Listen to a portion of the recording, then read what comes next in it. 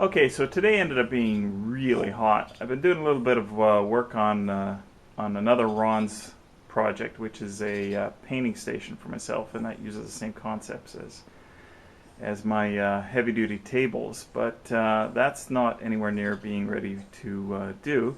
So I thought I'd just show people a good cheap way to build some horse boxes if you got an existing barn, and it's a lot cheaper than any of the stall systems I've seen, and I'll show it to you right now.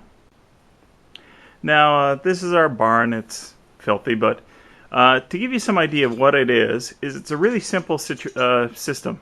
Basically, it's 2x6s tied to 4x4s or existing posts. In this case, this is a pole barn here, with joist hangers.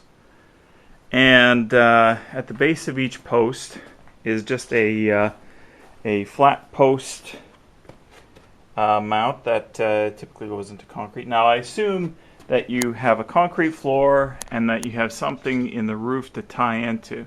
Now it doesn't have to necessarily be, in this case, around 8 feet up. For these posts I've got them tied into the roof, and that's almost 14 feet up in this case.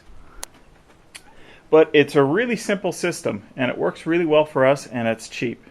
And like I said, joist hangers holding up each board, 2x6s, spaced out at the width of the 2x6, so that you get good ventilation, as well as it's easy to replace boards when they get broken, because they do get broken.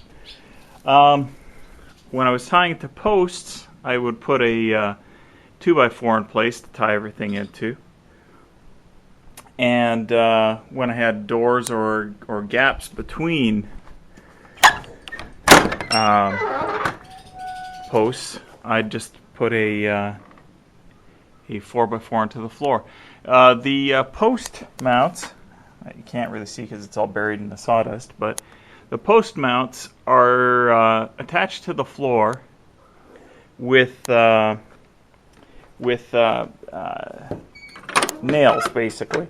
And I'm talking about the nails that you slam into the concrete with a Hilti gun ramp set, whatever you want to call it, basically a 22 cartridge.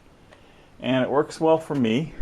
When I had to tie it to another spot, it was with a couple of 2x6 boards. And this has worked well for us. We've had all manner of horses in all these boxes. Now we've got sheep in these boxes. And it gives you a lot of flexibility, because oftentimes a horse will kick at another horse through a stall wall. And, okay, if you have two horses that don't like each other, you probably shouldn't be putting them next to each other. But it's given me the flexibility to be able to replace boards without having to take the whole wall apart.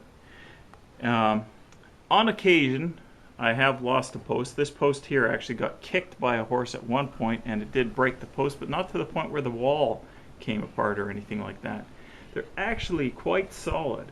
The doors are fairly simple as well. They're just 2x4s routed out so that I can put this route, with a channel routed in them, so that I can put this piece of particle board in as well. The opening at the top is just a half-inch electrical conduit, cut to length, and with a board at the top and the bottom to hold them in place, so that those could be, and this is just all screwed together, so that one could replace these if they ever got damaged. We actually had a horse slam into this one at one point, so it bent these. That's about it. So that's our idea for a cheap stall system. Now, a couple more comments about this system is that's actually quite good about using these joist hangers for this, is that you can remove boards as you see fit to allow animals to come in and out, or if you want to take a whole wall down, you can do it quite easily. In this case, this board is missing because we've got the sheep coming in, and they just jump through there and come through into these boxes. And my wife put this board back in place so that she can go and do the feeds before the sheep come back in.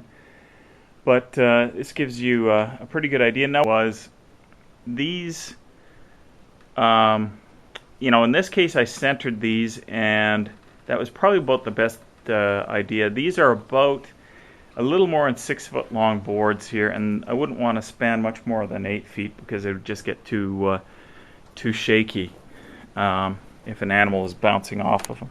Now, like, these are really solid at this width. Over here, I've got them actually spaced out to probably close to 8 feet. I think these boards right here are actually 8 feet, and those are just a little bit less.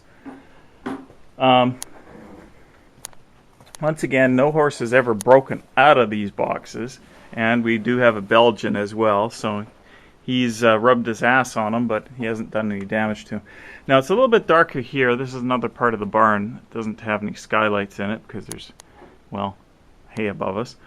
But here's an example of a sliding door that we did. Same sort of idea as the other doors.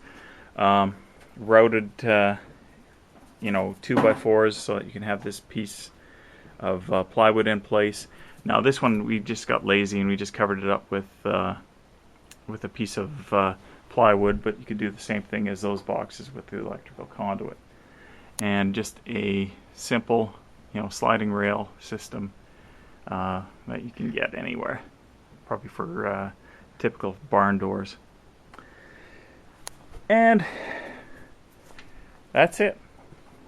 I think that covers any possible, like, it's good to tie into other boards in this case. Like, we have to work with the way that the barn is set up here, and the posts weren't exactly placed at regular intervals, so we tied into them at different places so that we could have different box stalls set up.